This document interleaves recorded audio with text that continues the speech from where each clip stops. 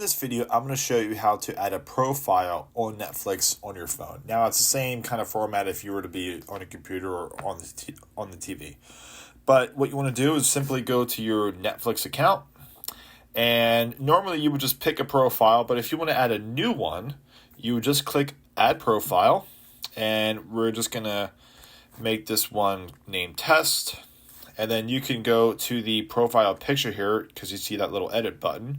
And you can click edit, and you can actually choose any icon that you want. I'm just going to come down here and pick this one here.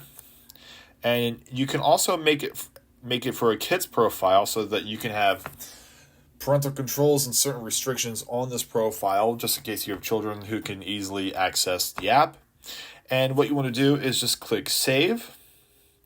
And then there you have it. There you have your new profile, and they can go on and watch your stuff and get a certain watch history and recommendations. That's just how Netflix works.